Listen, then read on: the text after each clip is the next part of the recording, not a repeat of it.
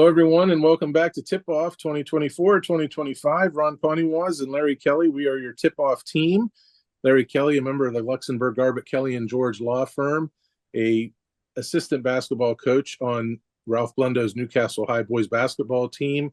He's a former Shenango varsity baseball coach and current assistant coach for Penn State Shenango. And also, let's not forget, Holy Redeemer, way back in the day. Right, baby. That's absolutely right. There you go. And I have the section championship trophy still in my house to prove. All right. Private school love. We always got to give that private school love, Larry. Yeah, well, that's a little different private school there. We didn't recruit. Maybe we should have, but we didn't. We are back with you here, our first show of the new year. Back after the holidays. You have a good holiday season, Larry? It was wonderful. It really, really was. When you have your family around and you get to spend a lot of time together, it's great. Yep. Good Awesome. time. Okay. We hope everybody out there watching had a great holiday season as well and is ready for us to dive back into tip-off items. In this week's show, we're going to tell you about two local teams winning championships. We will have our talking points. Larry Kelly will talk for about 57 minutes on the Newcastle High boys basketball team.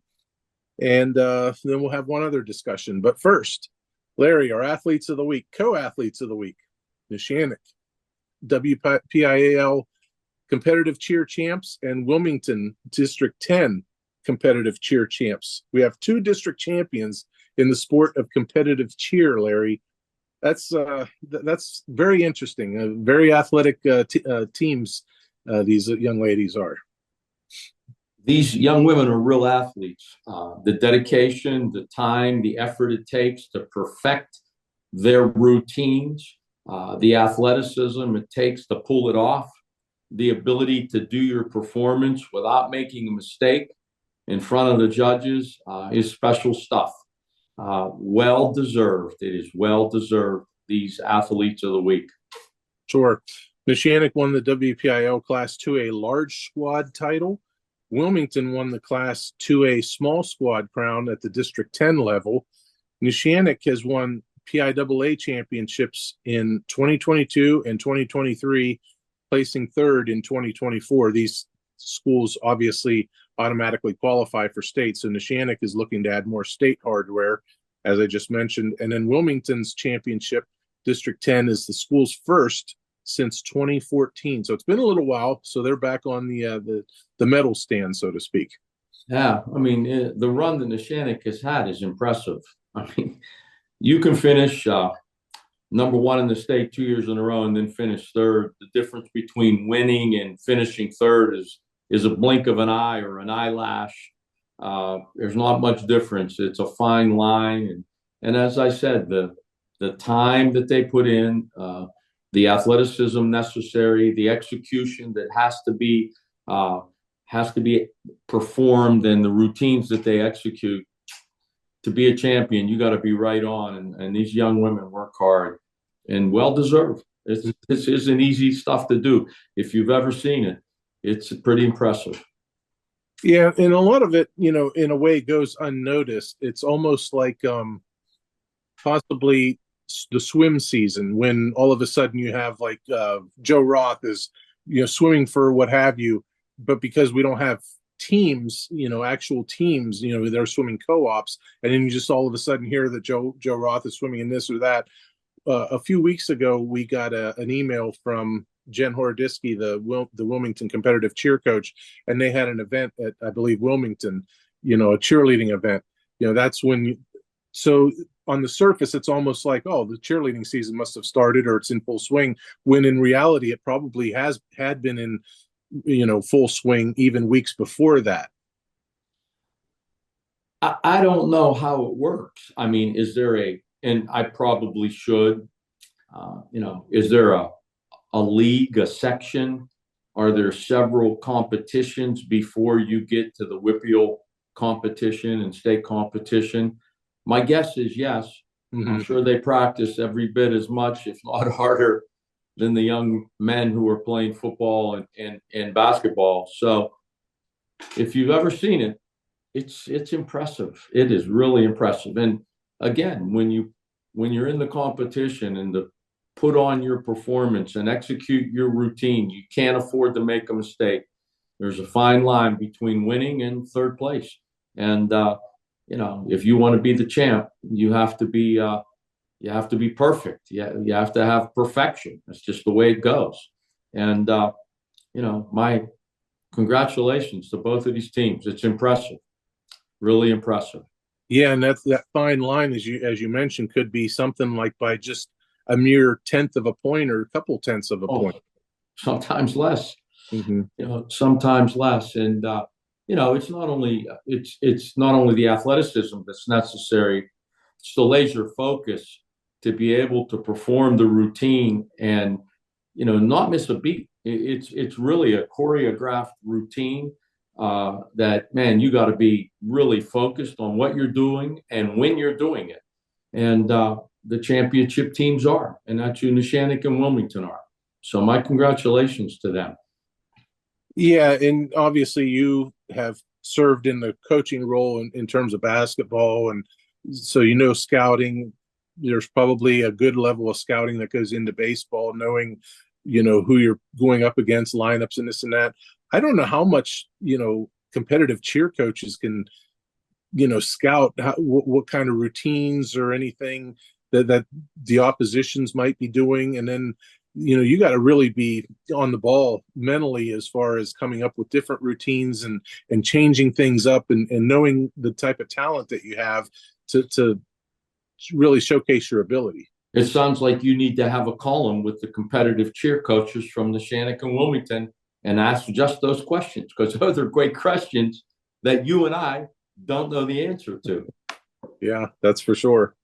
Okay, Larry, athletes of the week. Neshannock girls competitive cheer team and the Wilmington girls competitive cheer teams. Those are our athletes of the week. We have our talking points coming up next. Larry's going to take a quick break to get his mind straight, and so he can tell you all about the Newcastle High boys basketball team. And he'll do that next, right here on Tip Off.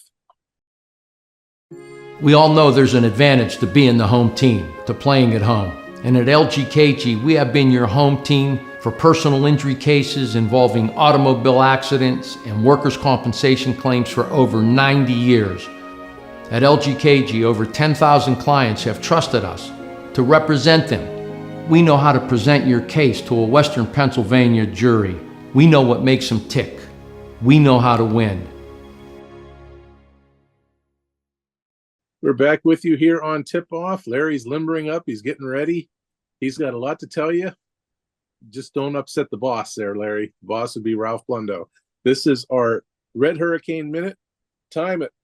You got as much time as you need, Larry. Go. Well, thank you. I couldn't be at the Seneca Valley game. I was under the weather. There's been a lot of flu going around, and I wasn't feeling well.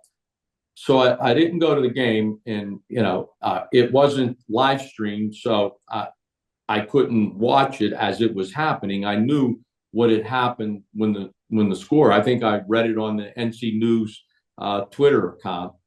Well, when I did watch the game the next day, even though I was feeling better physically, I got sick again because we're just not playing Newcastle basketball yet, Ronnie.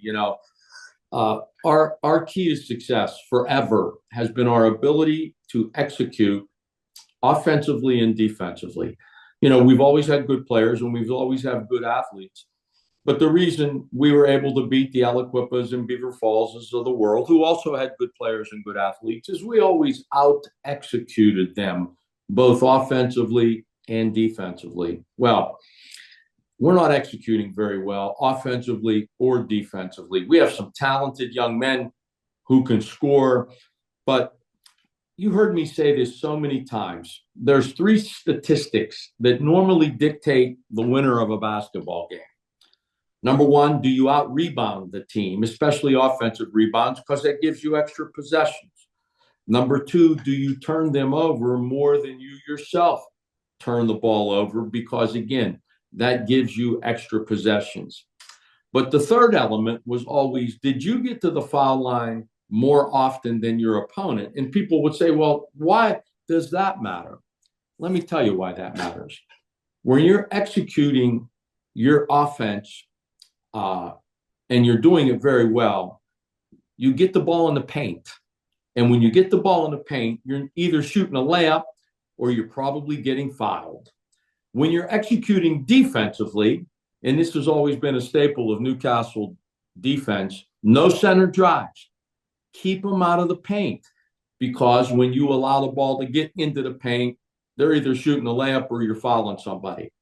Seneca Valley went to the foul line and shot 27 foul shots on Friday night, and we shot 10. And what that tells me is that we're not executing very well offensively or defensively. And our inability to guard the basketball is somewhat frightening. We're getting beat off the dribble, center drives, ball in the paint, and they're either shooting layups or we're fouling them. And offensively, we're just not getting really, really good looks. We're very fortunate that Kai Cox, a ninth grader, he's been able to create looks for himself and other players, but he's doing it all by himself. He's just beating guys off the dribble. And so we're 8-1, we're 3-1 in this section. But I'm going to tell you something. As the road gets narrower, as Coach Tomlin likes to say, you're not going to beat many teams when they shoot 27 foul shots and you shoot 10. You're just not. You're not going to beat many teams. And this was a home game, Ronnie, so we can't say we got homered. We're playing at home and this happened. We got beat backdoor about 5 times, which is a no-no. Should never happen. When you're playing good defense, you see ball and man. They were running a little slip screen play that they scored 4 or 5 times on because we didn't handle it correctly and defend it well, even though this was coached up the day before. So, look, we're 8-1, and a lot of that has to do with the talent that we have. We have a great 3-point shooting team. Ralphie Blundo has NBA range. You hear what I'm telling you? I'm talking, if you give him a look from 25 feet, he's going to make it. But these teams aren't stupid. They're not giving him that look. They're face guarding him. They're making it very difficult for him to get an open look. And if you don't execute your offense, he's not going to get open looks. We have some senior leadership out there with Kyrell Harris and Nate McKnight, tremendous athletes. Damian Harrison and, of course, Kai Cox, underclassmen, really playing well. However, you got to be able to guard somebody. Now, the one thing that was encouraging is our 31 full court press, zone press, seemed to get Seneca Valley out of kilter, and in particular, our half court trap really turned the game around. We were down 10 points going into the fourth quarter, and I think we turned them over 3 or 4 times with our half court trap that helped us get back into games. Because for years, we created points from our defense. Points in transition. And we did that very well against Seneca Valley. The problem is, when we had to come down in a half-court set and they were set up, we didn't do a very good job of getting our players open looks, and we always have in the past. So that needs to change. Mm-hmm. Okay, Larry, just several, well, maybe not several, but a few things for you. The teams played 9 games. A lot of times we hear, quote unquote, small sample size. What do you feel terms a small sample size? Are we past the small sample size yet? Yeah, we're way past the small sample size. And I don't even want to say these words. We are who we are, because we play for championships at Newcastle. There's no consolation prize here. And the one thing about Coach Blundo, without fail, as the year moves on, our teams get better. They get better. And I suspect that'll happen this year. And if we want to hang yet another banner, which will be Coach Blundo's 8th, I believe, Whitfield Championship, we need to get better. We're talented. We're good. We play hard, but we need to get better. Now, and that's Larry Kelly, who is the ever optimist. If you had Coach Blundo on this show, you'd think we were 1-8 instead of 8-1. But I've been watching it a long time. I don't like having gray hair, Ronnie, but I've earned it. I know what it looks like. I know what championship basketball looks like, and we're good right now. But we're at least in my view, not where we need to be if we're going to win a 6A championship this year and hang another banner. Okay, so since we are past the quote-unquote small sample size stage, I can ask you, will the real Newcastle High boys basketball team please stand up? Because a lot of times when I watch games, I saw one in person, see a fair amount on stream. They look really good for a quarter and a half, maybe 2 quarters, and there's always one where third quarter against Seneca Valley, 5 points, and then you think, oh boy, no, tonight's not their night. They're down 10 going to the fourth, and the next thing you know, they're within 1 in the late stages. And I think we tied it. We tied the game, I think, at 43. But that third quarter issue has been an issue in more than one game. It was an issue against the Wolverine. What's the name of that team? I got a mental block. Woodland Hills. Woodland Hills. I think we scored 3 points or something in the third quarter.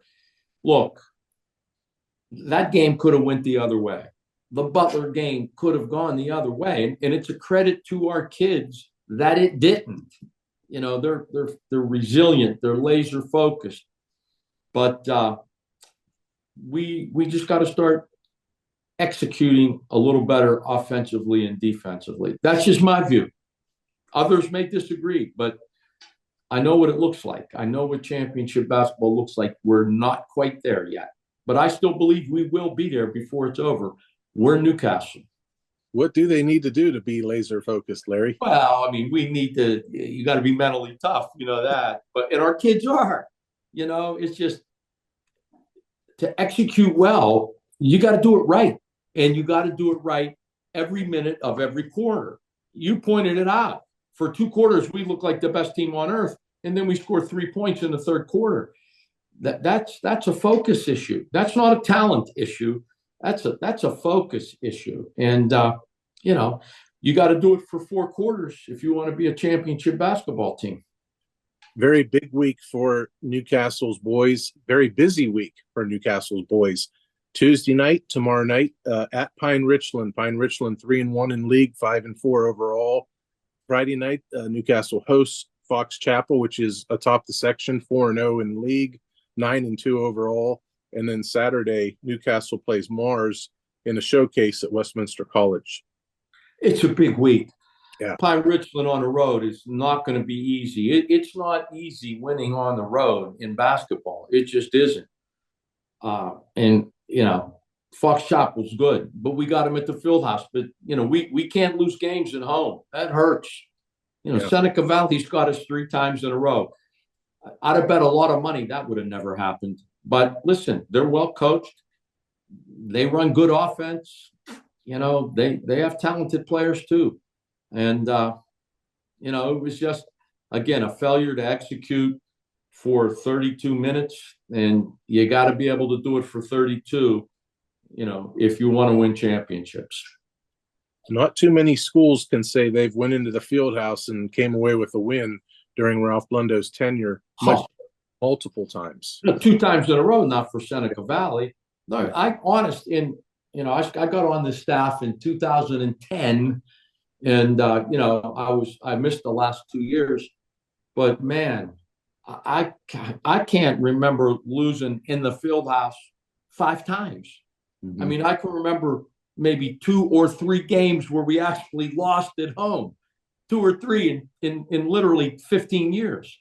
You know, so again, the talent's there, the want to is there, certainly the coaching's there, and it's just a matter of, you know, being focused for 4 quarters and executing offensively and defensively.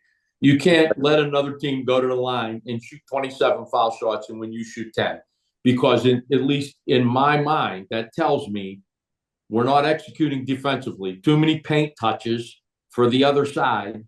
And offensively, we're not getting enough paint touches. We're not, you know, Ronnie, you got to keep the ball out of the paint at any level.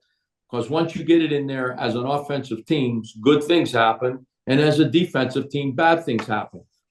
Unless the game's a blowout. I went through the box scores. every team that won, Neshannock was the exception, but they blew out Southside Beaver. Neshannock only shot 3 foul shots, probably because Southside Beaver didn't guard anybody. I think that's who they played. But in every game last week, the team that shot more foul shots won. That isn't just happenstance. There's a reason it occurs that way, and that's been a concern of mine the whole season. We've been giving up way too many opportunities at the foul line. Is this team, Newcastle, where it should be record-wise? I mean, obviously 8-1, close game against Butler, found a way to win. Close game against Seneca Valley, didn't have enough. Could this team be? And there might have even been other games that were tight. Is this team where it should be 8-1? Well, it's a credit to the coaching staff. It's a credit to the players and how tough and resilient they are. This team could be 8-1. We could be 5 and we could have lost 2 more games, 3 maybe. Could have lost against Taylor Alderdice, but we didn't. We didn't. So this team could be 5 and 3. A couple of those road games, the Butler game and the game at the Wolverine, we could have lost that one too, but we didn't. So it's a credit to the players. Be 5 and 4 since you played 9, so you got to do the math. No, but I think Taylor Alderdice, they came back and tied the game, but we were never in danger of losing that game. But Woodland Hills could have went the other way, and Butler certainly could have went the other way. But it did, and it's a credit to our players. Mm-hmm. It's a credit to who they are. But we need to be better, from an execution standpoint. That's who we are, and that's why we win, and that's why we win championships. Okay. All right, let's shift our focus over to holiday basketball. We will discuss this topic here next. Larry, I don't know why I'm going to do this, but you are the czar of the world. You can make all the decisions you want. I have just hired you as basketball coach at you name it high school, boys or girls coach. You are a varsity basketball coach. How do you handle holiday basketball? What are your thoughts and ideas? And it could be a broad topic, any direction. I'm an old school guy. I love the holiday tournament where you have 4 teams, and on Friday, 2 teams play, or I should say all 4 teams play. And then on Saturday, the winners play, and there's a consolation game. And you hand out all tournament trophies, and you hand out a trophy to the championship team. I mean, that just reminds me of old school holiday classics. There was something at Newcastle called the Hurricane Classic. Mm-hmm. And the very first one pitted Newcastle against Shenley in the championship game. I can't remember who Newcastle played in the game for the first game, but we blew them out, and Shenley blew somebody out the first game, but we played in the championship game. And this was a Shenley team that ended up being the state champions that year. That was the team that had Maurice Lucas, who won an NBA championship, and 2 guards, Jeep Kelly and Ricky Coleman, that were Division I basketball players, fantastic. And I just remember being there watching it, and the Red Hurricane won that game. It was a great game. It had meaning. It meant something. I mean, they used to invite the best teams you could find, to come to these tournaments. And my dear late friend Jesse Moss was the MVP in that tournament. He outplayed Maurice Lucas in the championship game. That's what high school basketball is all about. And if it were me, these holiday tournaments, that's what they would be all about. And I try to create rivalries. I would try, as long as they're non-section game. You can't play teams that are in your section, but I would try to get tri-county teams matched up against each other. I would try to get some old rivalries for Newcastle matched up against each other and play a holiday tournament and crown a champion with an MVP and an all-tournament team. That's how I remember holiday tournament basketball. It's not always done that way. You pointed out to me it's still done that way in a lot of places, but it isn't always done that way. And truth be told, some of these games have no meaning. There's no real rivalry within the tournament itself. Mm-hmm. Maurice Lucas, I believe, of Portland Trailblazers fame from the 70s, right? 1977 NBA champion against the Philadelphia 76ers. And Bill Walton played on that Portland Trailblazer team. And Julius Erving, some guy named Dr. J, played for the 76ers.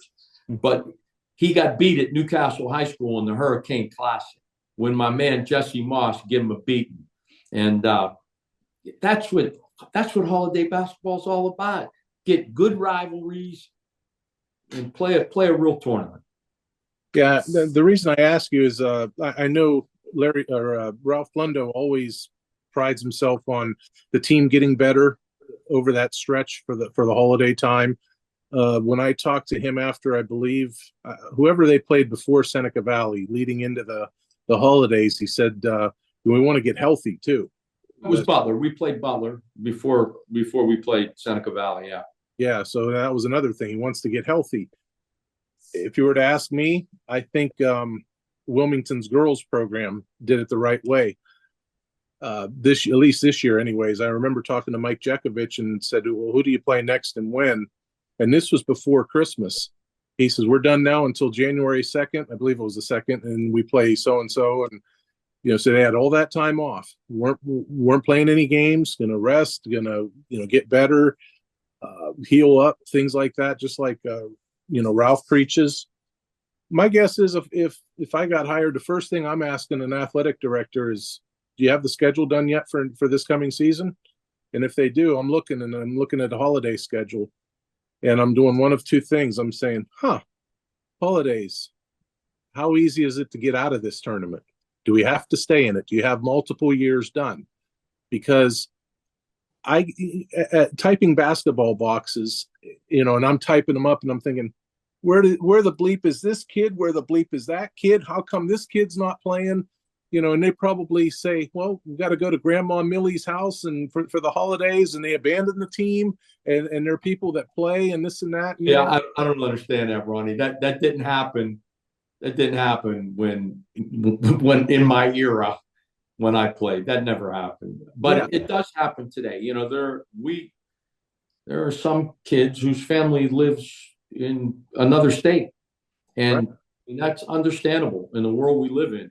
Not everybody lives in the same neighborhood like it used to be. So I get that. Yeah, I do. And there's something about getting better. The one thing I remember about basketball over the break is that you got to practice every day, and the kids had nothing else to concern them. There was no homework. Oftentimes the practices would be in the morning, and but I do like competition. I think it's important to have game reps. We always talk about practicing at game speed and have the intensity of the practices match that'll be in the games. And we're able to do that a lot at Newcastle. But there's nothing like, game action when the lights go on. And when the lights come on, there's a little edge to everybody. So I get it. I mean, what you say makes a lot of sense. It is important to get better over Christmas because you have a lot of time. And even if you play in a holiday tournament, that's normally the 2 days after, the 2 days after Christmas. So say the 26th and 27th, but then oftentimes you have a whole week off before you start section play again. Yeah. Whole week. So you got 5 or 6 or 7 days that you could practice, rest up, do what you need to do to get ready. But I don't know. I still like the old holiday tournaments. I do. Yeah, I don't know how much this affects it, but let's say you have a kid that is a starter, certainly isn't a 25 points a game type of starter, but maybe somebody that will give you the 8 or 9 rebounds, handful of points, what have you. But he or she is gone for holiday visitation purposes. Now that alters your lineup. You bump somebody up from the bench. Now everything's out of whack. It's not the way you use it, the first part of the year, and then it probably takes a little bit of time after everybody gets back to get back in your groove. Yeah, to me, it just seems like it does more harm than good. There's 2 ways to look at it. You may need that 6th or 7th player who have played meaningful minutes. Right. Before there are meaningful games to make sure that they're comfortable in that setting. You remember 5 fouls and you're out of the game. Right. People twist ankles often in high school basketball games, aside from the flu that's going around. You know, I'm not the only person that had the flu right after Christmas. I mean, my whole family had the flu. So, you know, there's two sides to the coin, that you playing that young man or young woman who's maybe the 7th player on your roster, who gets really meaningful minutes, so that if you need them in crunch time, they have experience. So I see, you know, I don't, you know, look, I want to play players who maybe don't get a lot of playing time to see what I got, because I may need those coming down the stretch. Right. Okay, Larry, that's a wrap for us this week, unless you have anything else you'd like to get to. No, 2 big games. We got Pine Richland on Tuesday, Fox Chapel on Friday. Those are 2 big games. Those are 2 big games, man. So we're going to see. We're going to find out who we are this week. We'll have a better idea next week when we talk. But again, I want you to look at the stat sheet when it comes in tomorrow. And if it's a close game and they go to the foul line 3 times, they shoot 3 times more fouls than we do, that's going to tell you that we're in trouble, you know. So, you know, it's just it's a telltale sign. So we worked hard today at practice. Coach Blundo was grinding, so we'll be ready. Do you go to all the practices or just select? Well, as you know, I still have a day job, right? I'm still a lawyer at LGKG, so I get to whatever ones I can get to. Now, over holiday break, it was easy, you know, because the practice times I was able to work into my schedule. Today, we practiced at 3 o'clock. I couldn't get there till 4 because, yeah, I still have that day job at LGKG. I'm still a lawyer first and foremost. Until 3 p.m. and then signing autographs till 4, and then he gets to whatever he can make after that. Yeah, okay. We'll see. 3 games a week for Newcastle, over under 2.5 on how many games Larry actually attends. I'll say under. Oh, come on now. Gee, I've only missed a few games. I missed a few games because, you know, I'm a thespian. I was in the musical down at the Newcastle Playhouse, Annie. And if you missed it, man, you missed a great show.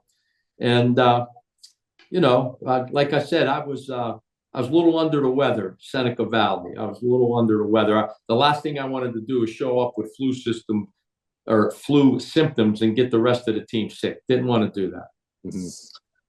Okay, well, sounds good, Larry. We appreciate you joining us. Thank you for everybody out there for tuning in.